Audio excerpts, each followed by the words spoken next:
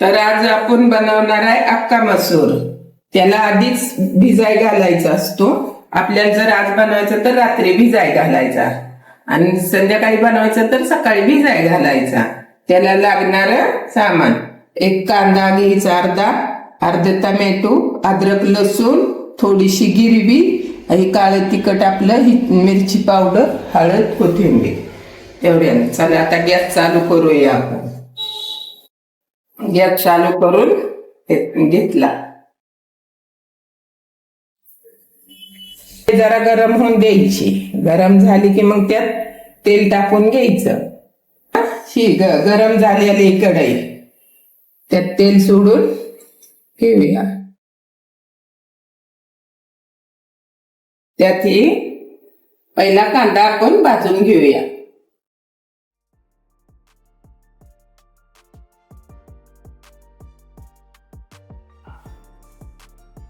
चांगला भाजून आता हलवून घ्यायचा. गोल्डन कलर येईपर्यंत त्याला भाजायचा.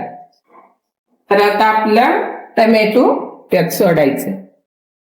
म्हणजे हे बरोबर दोन्ही चमची तयार होते, भाजते टोमॅटो पण कांदा.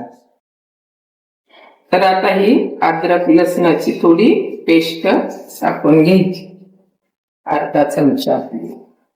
त्याला पण चांगली त्यात फ्राय होऊन द्यायची.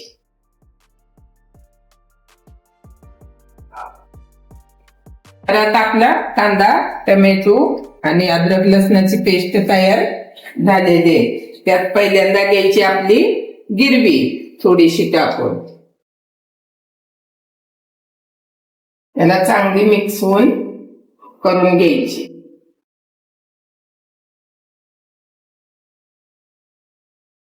तर गिरवी आपली झालेली आहे. त्यात आता आपण थोडस मिरची पावडर अर्धा चमचा टाकायची.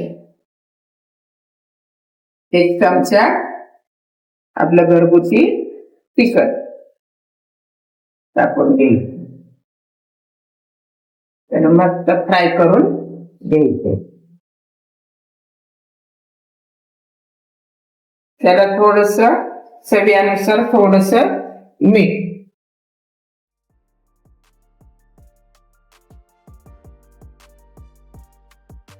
आपला मसूर धुवून घेतलेला आहे, भिजवलेला धुवून घेतलेला मसूर ह्यात सोडून द्यायचा आणि त्याला हलवून घे.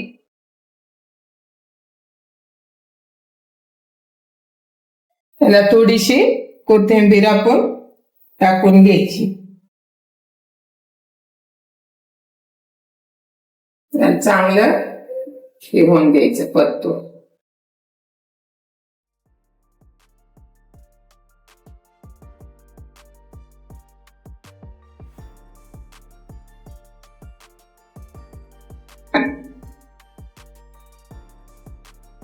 चांगलं परतलेलं आहे. त्याला थोडस पाणी टाकून घ्यायचं, थोडस नॉर्मल. सगळं मिक्स होऊन त्याला.